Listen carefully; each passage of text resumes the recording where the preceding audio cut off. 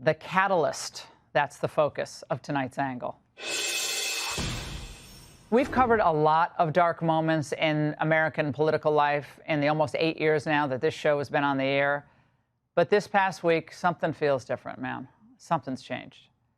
Charlie Kirk's life came to a brutal, abrupt, violent end because a radicalized societal misfit was threatened by ideas. He was threatened by Charlie's inspiring young people. He was threatened by Charlie's unwavering faith. And yet, since last Wednesday night, we're seeing something extraordinary. Rather than collapsing into fear, Charlie's supporters are carrying on with conviction, led by the woman who was Charlie's rock, his widow. They killed Charlie because he preached a message of patriotism, faith, and of God's merciful love.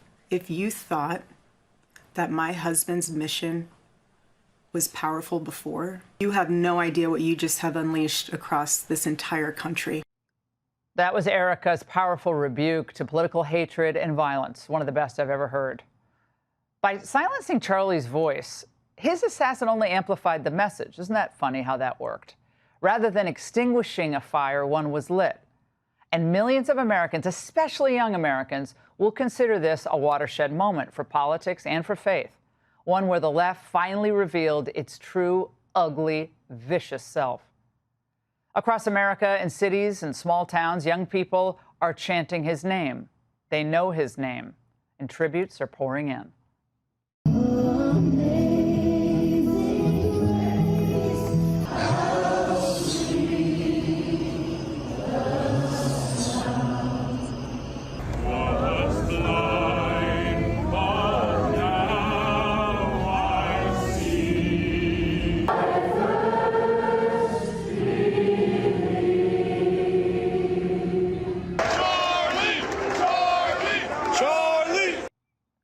In death, Charlie's gone from grassroots to global, honored from the political arena to now the music and sports arenas. Most importantly, this week's obviously been a very tough week, and there's a lot on our mind, and just this one's for Charlie. It's been hitting me harder in the last couple of days, and I just wanted to let Erika, Kirk know that me and my family are sending prayers our way.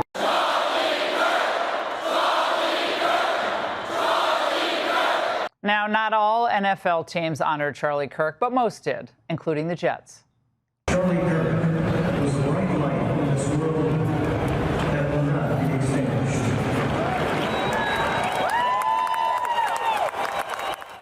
And others decided to honor him in their own ways. In London, a huge rally took time out to honor Charlie Kirk.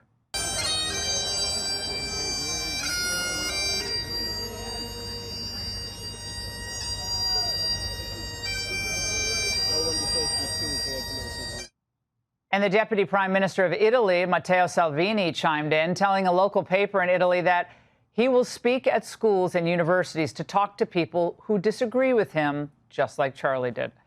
Because even they see it. This is a cultural turning point, not just a political one. Their message, be not afraid, be bold, declare your faith if you have faith, also your political views, speak them boldly. But understandably, many are also afraid tonight. The threats are real. I will not be doing any outdoor events anytime soon. I have pro-tranny protesters at my offices protesting every week. I like going outside in the heat and offering them food and water and having a colloquy, having a conversation that is peaceful. I'm not able to do that right now.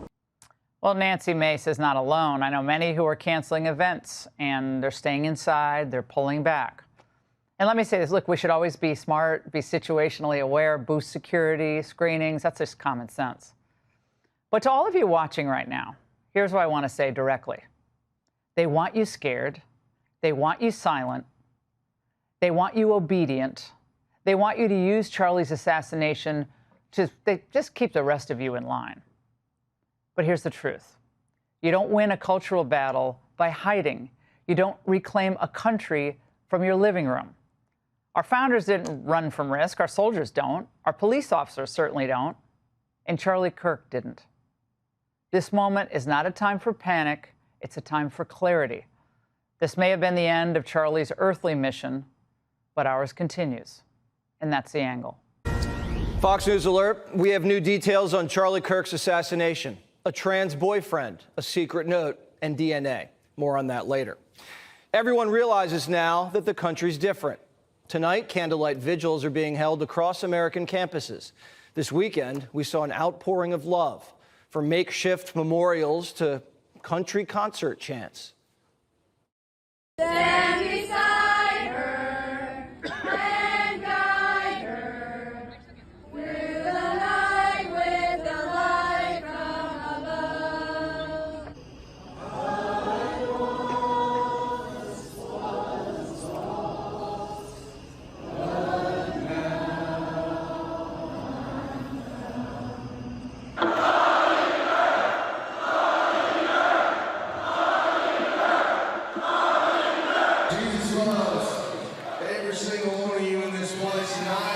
It wasn't just nationwide. The whole world mourned, from London to South Korea.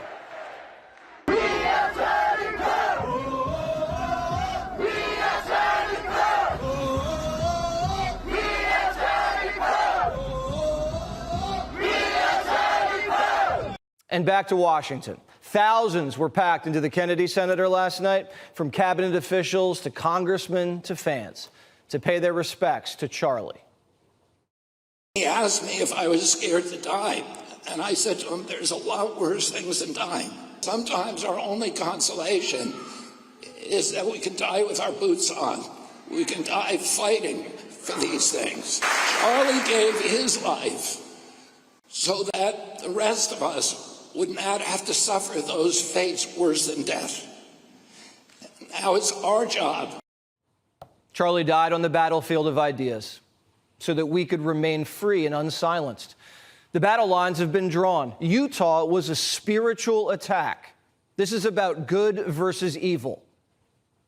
Those who are full of anger and hopelessness and hate right now, some of them protesting outside this hall today, unfortunately, they do not have the spiritual happiness that Charlie experienced. They're empty. And this is where their anger is coming from. It is their rejection of God, their desire to be God, and therefore they have made God their enemy. Charlie pursued happiness vigorously and rigorously, and that's what made him the happiest, was his family, his country, and serving God. Charlie died a happy man and at peace with what he gave during his short life. And now all of us are reflecting on our lives. If we die today, are we happy with what we've done? We should all live a life like Charlie's, be moral, honest, just, and humble, and give every moment our all. Charlie Kirk did that and was a man of impact. So I gotta ask you, if you are in here and you are under the age of 35 and Charlie Kirk touched your life, let's hear you.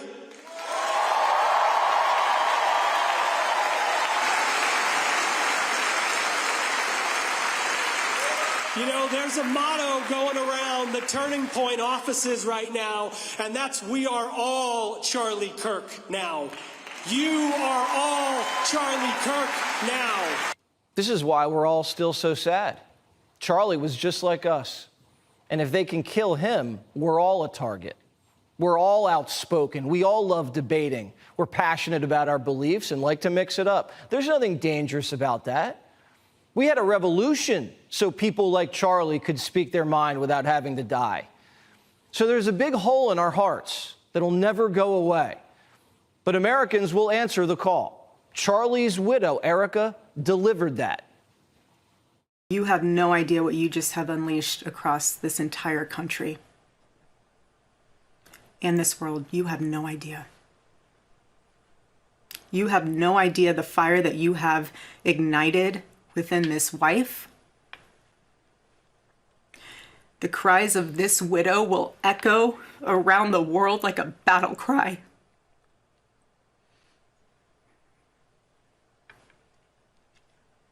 To everyone listening tonight across America, the movement my husband built will not die.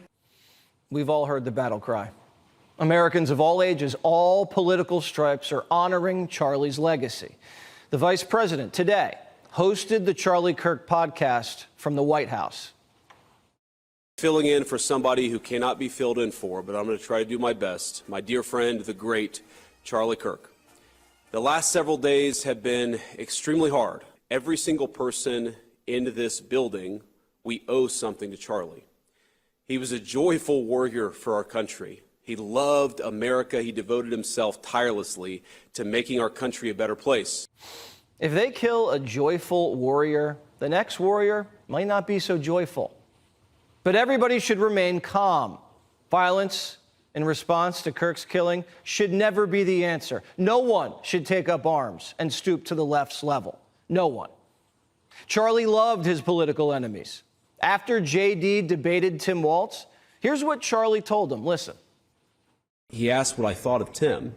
And I said, honestly, you know, because you get in this sort of bunker mentality in the campaign, it's us versus them. And I was like, honestly, even though I'm glad that I think I did well, and I certainly don't want this guy to become vice president, I actually kind of liked him afterwards, after 90 minutes of talking with him. And Charlie said, that's why I do all these debates. It's like you can disagree vehemently with somebody, but if you're actually communicating with them, you can appreciate them a little bit as a human being. And that's what Charlie was so good at. Charlie liked people he disagreed with because by talking to them face to face, he recognized their humanity. He felt sorry for some of them. A faction of them were deeply misguided, ignorant, even evil. And evil has to be confronted because evil hasn't been confronted in this country for far too long. The atmosphere was ripe for Charlie's assassin to strike. The country now recognizes it has a responsibility to confront evil before it's too late, before more bloodshed. Vigils and prayer services honoring Charlie Kirk. They are taking place all over the country, on college campuses all over the country, like the one on your screen right now. And by the way, as these beautiful, tributes continue to show just how big of an impact that Charlie Kirk had, not just in the U.S., but around the entire world. We are now learning more disturbing details about his alleged assassin, 22-year-old Tyler Robinson. Let's take a look at what we have learned over the last few days. On Saturday morning, sources told Fox News that Tyler Robinson had been living with his transgender partner, who is reportedly fully cooperating with the FBI investigation. We'll ask Kash Patel and Pam Bondi about that. We're also getting a lot of information from Utah Governor Spencer Cox. He told the Wall Street Journal in an interview that the suspected assassin's political leanings had become very clear to investigators and that he was, quote, deeply indoctrinated with leftist ideology. Governor Cox also joined ABC's This Week yesterday and said the alleged assassin is not cooperating with authorities. Take a look. He has not confessed to authorities. He is not cooperating. But all the people around him are cooperating, and I think that's very important. There were reports yesterday that we can confirm that his roommate was indeed a boyfriend who is transitioning from male to female. And earlier today, Deputy FBI Director Dan Bongino confirmed that the suspected assassin had been indoctrinated with leftist ideology while noting that the FBI is probing a potential wider plot. Take a look. There's not going to be a stone left unturned if there was anyone involved who aided, abetted. I can't say that in strong enough terms. Every single FBI asset on this team is being applied and used in this investigation. There were people in his network, friends and family, who had stated that he had become more political, that he had become at some parts, I believe some of his coworkers had stated that he had kind of detached himself when the topic of politics came up and walked away from them. Family members said he'd become more political, leading us to believe that this ideology had infected him and had taken over.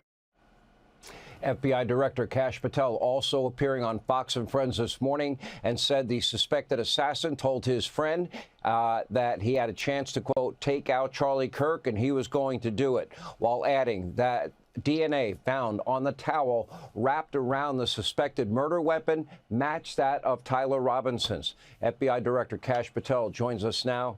Will join us now in a moment. But first, some people are criticizing law enforcement for the time it took to apprehend the suspect. when, frankly, they should be praising them.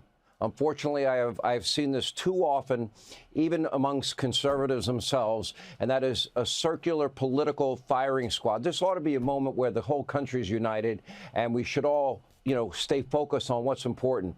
It took 5 days to capture the United Healthcare CEO assassin, Luigi Mangione. 5 days to capture the Boston Marathon bombers, the Sarnoff brothers. Nearly 7 years to capture the Centennial Park bomber, Eric Rudolph, and almost 18 years to catch the Unabomber, Ted Kaczynski. But in just 33 hours, Charlie Kirk's suspected assassin was in police custody. And now that he is in custody, prosecutors in Utah, they are now preparing a potential death penalty case against him. What federal charges could he face and when? Let's welcome tonight's guest. He spends hours grappling with men, and he also does jiu-jitsu. Retired Green Beret Master Sergeant and host of Hollywood Weapons on the Outdoor Channel, Terry Schaber. She's so effervescent, Alka-Seltzer takes her for a hangover. Fox Business correspondent Madison Allworth. He was a finalist on America's Got No Talent. Comedian Dave Landau.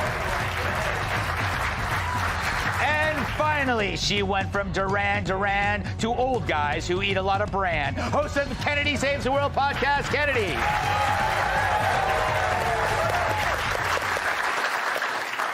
Terry, welcome back to the show. I love having you on because you're not a normal media talking head. You come on once in a while, talk your and then you leave. That's what I do. So I have a feeling you were ready to throw some grenades, metaphorically. Metaphorically? Yes. First of all, I like what you did. I am known for wearing ridiculous clothing on your shows, bikini, low-rise, mesh if possible. Yes. I decided not to do that because it doesn't feel right, Yeah. Let me say this. So there's a lot of other talk that we'll probably deal with, but if you notice, there's a trend right now. People are talking about, wow, this is civil war. Mm-hmm. Let me look at you right now. The guys who are calling for no civil war are my tribe, the combat guys, infantry, special forces, armor, artillery, everybody who support us on the ground and was overseas and saw the results of a civil war. You don't freaking want that. But don't talk about a civil war, right, when you never voted in a primary. Don't talk about a civil war when you don't even know who your county sheriff is.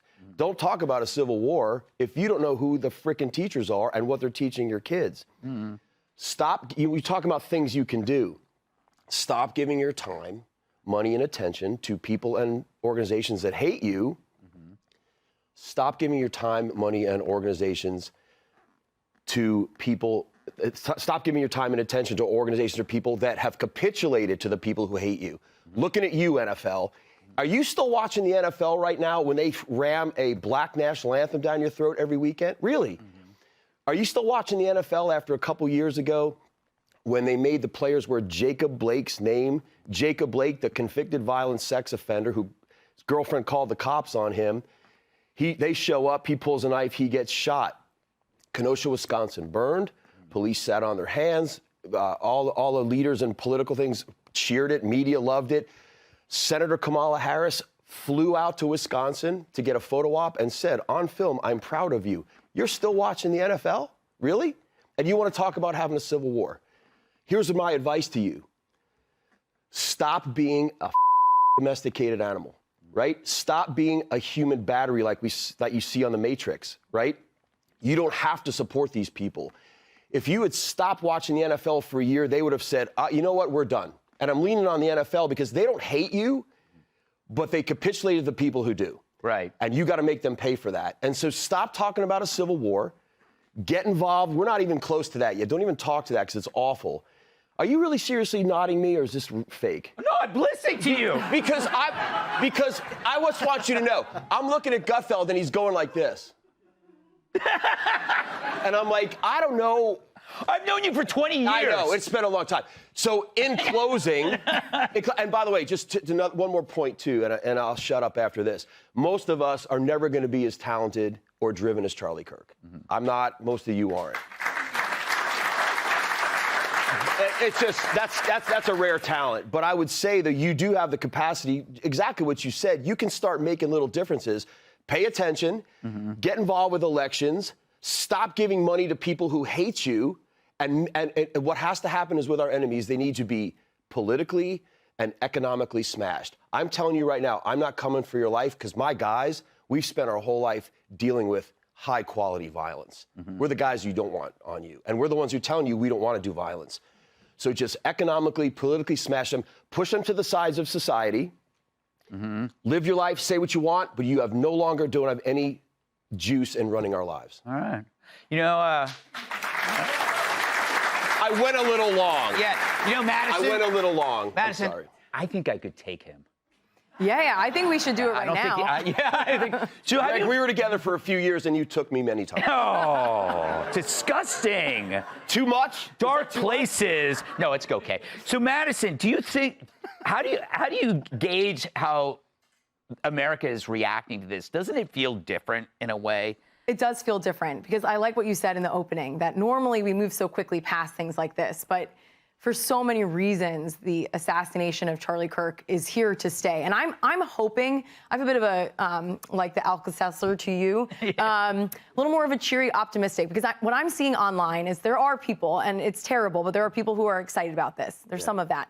But there's also a lot of people on the, say, left who hated Charlie Kirk and hate that he's dead. Because what he stood for was for free speech and to have conversations, because as he said, when you stop talking, that's when we have problems. And so I'm really inspired by the folks who are online or in person and saying, I didn't like who he was, but we needed him. We needed to talk to one another. And I don't like that the response was violence. Because if we can understand that conversations make us better, then we have a better country. Yeah, the problem is there's a segment of the society that doesn't. We're not shutting anybody up. They're shutting. No. Like it's you don't have to convince anybody here that. Right. Like you know what I mean? Do you have any jokes, Dave? Got something funny?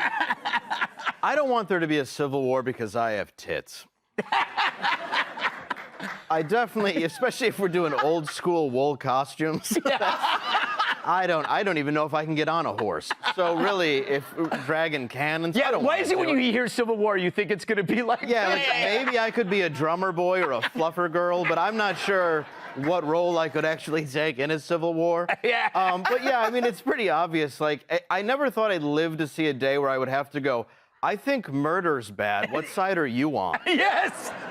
It's nuts. Yeah. Like, it's that simple. Like, you should be on the side of, like you said, anybody should be able to talk to each other.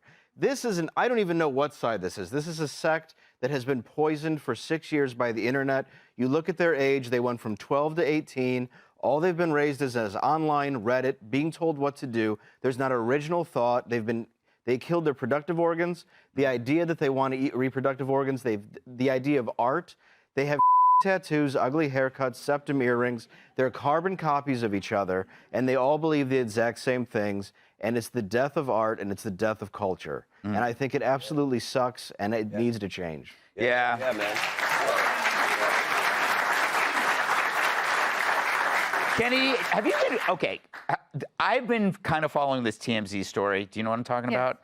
So TMZ, like Harvey Levin, is on there reporting that Charlie's dead. And as he says it, his staff erupts in cheers. Yeah.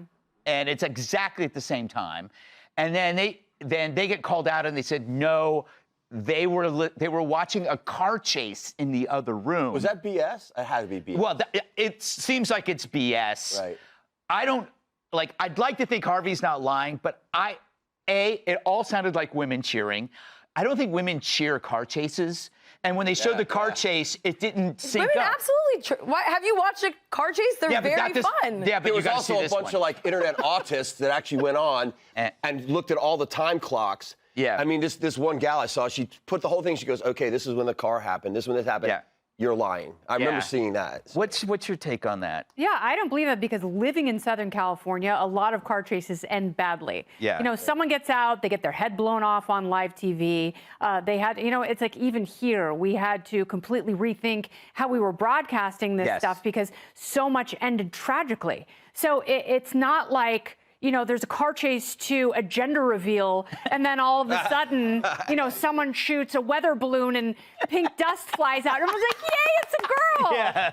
It's like no one's cheering a car chase. Yeah, and they showed the chase, and it was off camera when Charlie died. So it's weird. I think I don't want to say. I think they might have lied to him.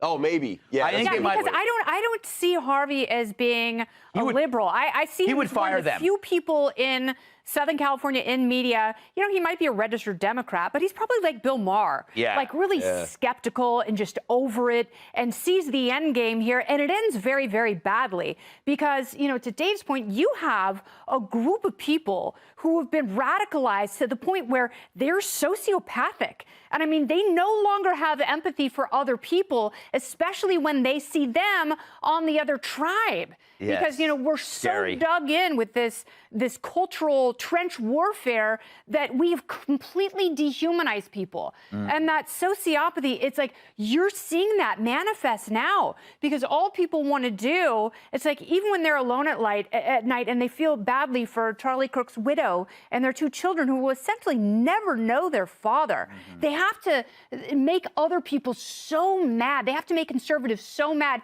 And the only way to do that is to come out and say things like, F Charlie Kirk. Yeah. He was asking for it. Like, you know, the guy on stage in the UK was like, F that guy. And it's like, I don't want to live in a world like that, but I don't want to have murderous thoughts about people I disagree with in this world. Can I say one more quick thing about Kirk? If it's quick. I was. Out of all the great things this dude did, this young man did, can we just agree that that guy married well? Yeah. When you saw her speech, her address, days after her husband was murdered in front of everybody, that's feminine strength. Yeah. You expect this poor woman to be like, I'm broken. She was like, you think you broke us? We're not. Yeah. I was like, that guy married well in life and death. Good for him. Want even more Fox News on YouTube? Become a Fox News Patriot today. Click join to find out how.